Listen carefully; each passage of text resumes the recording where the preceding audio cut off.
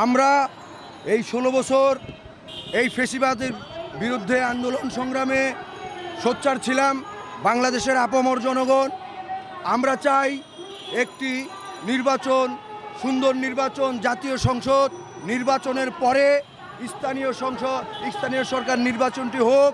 কারণ একটি কুচক্রী মহল চেষ্টা করতেছে যে স্থানীয় সরকার নির্বাচন দিয়ে ওনারা শুক্রবাইরা এবং নতুন ষড়যন্ত্র করবে।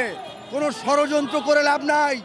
বাংলাদেশের আপামর জনগণ এই ফেসিবাদকে, এই চূড়ান্ত ষড়যন্ত্রকারীকে যেহেতু আন্দোলন করে উৎখাত করেছে, কোনো ষড়যন্ত্র বাংলাদেশের মানুষের কাছে কোনো ভিট পাবে না। ইনশাল্লাহ আমাদের জোর দাবি জাতীয় নির্বাচন হবে, দেশ একটি সুন্দর একটা সরকার নিবে, তারপরে স্থানীয় সরকার নির্বাচনটা হবে। হলে বাংলাদেশ স্বতঃস্ফূর্তভাবে একটা নির্বাচনে অংশগ্রহণ করবে, বাংলাদেশের মানুষ ভোট দিয়ে শান্তি পাবে, জনপ্রতিনিধি সৃষ্টি হবে, চমকপ্রদ প্রতিনিধি বাংলাদেশের জনগণের মাঝে ফিরে পাবে, এই আশা প্রত্যাশা। এবং এখন কোনো নির্বাচন না, জাতীয় নির্বাচনের পরে স্থানীয় সরকার নির্বাচন হবে, এটাই আমাদের দাবি।